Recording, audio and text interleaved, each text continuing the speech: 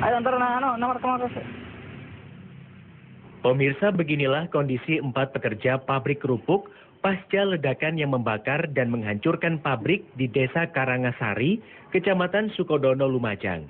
4 pekerja itu masing-masing adalah Nur Hasan, Kusniah, Mulyono, dan Sulaima yang rata-rata mengalami luka bakar.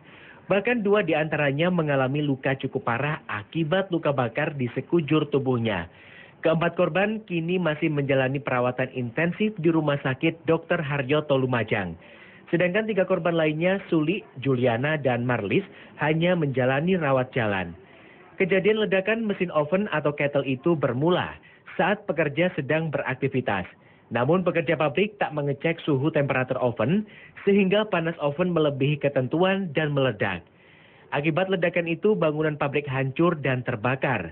Beruntung api cepat dipadamkan. Untuk kepentingan penyidikan, pabrik kerupuk ini dipasang garis polisi. Kasus kecelakaan kerja ini kini ditangani Satuan Reskrim Polres Lumajang. Dari Lumajang, Ahmad Arif melaporkan.